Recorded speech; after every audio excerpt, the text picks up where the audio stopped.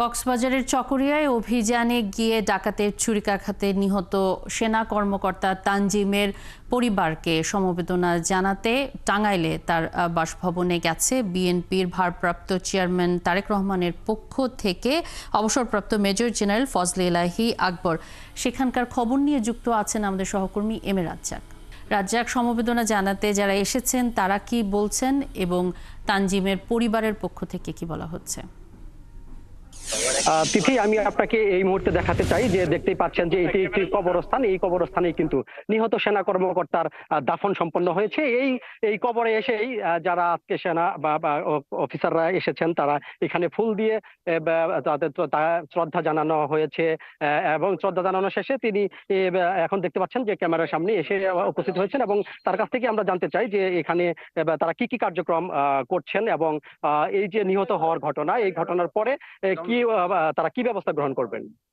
আচ্ছা, ধন্যবাদ। আসসালামু আলাইকুম। আমরা এসেছিলাম কেননা তানজিম আমাদের সেনা পরিবারের একজন সদস্য।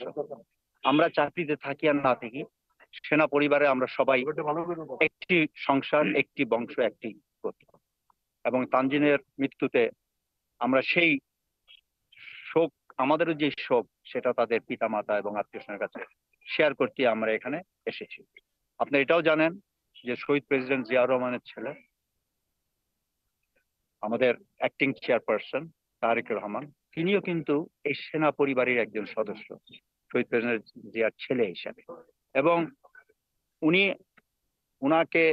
উনার নির্দেশে আমরা এখানে এসেছি এবং এখানে এসে ওনার পক্ষ থেকেও, আমাদের সেনা পরিবার সকলের পক্ষ থেকে আমরা এই শোকাহত পরিবারের সাথে, ওনাদের সাথে আমাদের শোক, আমরাও যে মর্মাহত সেটা প্রকাশ করতে এখানে এসেছি। এবং আমরা এখানে ওনাদের পরিবারের সাথে কথা বলেছি, ওনারা সবাই শোকাহত এবং ওনারা আমার কাছে রিকোয়েস্ট করেছেন যে ওনারা সেনাপ্রধানের সাথে ব্যক্তিগত আলোচনা করতে চান। আমি এই মেসেজ পাঠিয়েছি সেনাপ্রধানকে। আমার বিশ্বাস উনি অতি সত্বর ওনাদেরকে সেই সময়টা দিবেন। আশা করি তার এই মৃত্যু বৃথা যাবে না।